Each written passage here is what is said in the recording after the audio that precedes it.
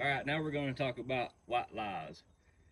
There's a big white lie in the American Bulldog world. That is that the American Bulldog must be 75% white. When I first got online and was showing people my dogs, a lot of people said that my dogs was not American Bulldogs because they wasn't 75% white.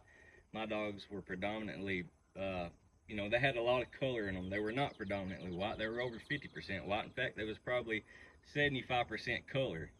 Um, so I reached out to Alan Scott years ago and asked him where this come from. He said it come from Casey Couturier in the 90s. Casey Couturier had the American Bulldog Association, which is a registry of the American Bulldog.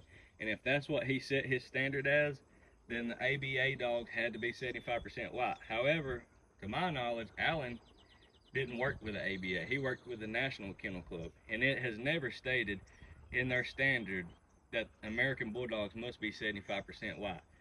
And this is why, if you just do just a quick dive, you don't even have to go deep, just a quick dive in American Bulldog history, you'll realize that one of the foundation stud dogs was Mac the Masher. Mac the Masher was a brindled body dog with a white head. A lot of people say he wasn't even an American Bulldog. Well, guess what? When Alan Scott and John D. Johnson set out to revive these dogs, they say that they revived the American Bulldog, or people say that they revived the American Bulldog.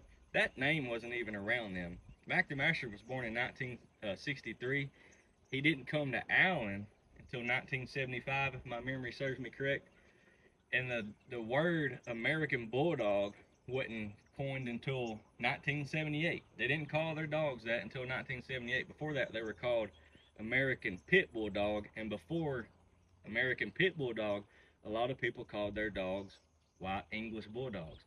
I asked Alan, I said, why did they change the name? He said, well, when I was growing up, everybody called a brindle dog or a black dog a white English Bulldog, and that didn't make no sense to him because the dogs weren't white, even though they were, um, you know, different colors. You had white dogs, black dogs, brindle dogs. In their area, they all called them white English Bulldogs. He said they give them the name American Pit Bulldog and later give it American Bulldog, and he said that made much more sense to him.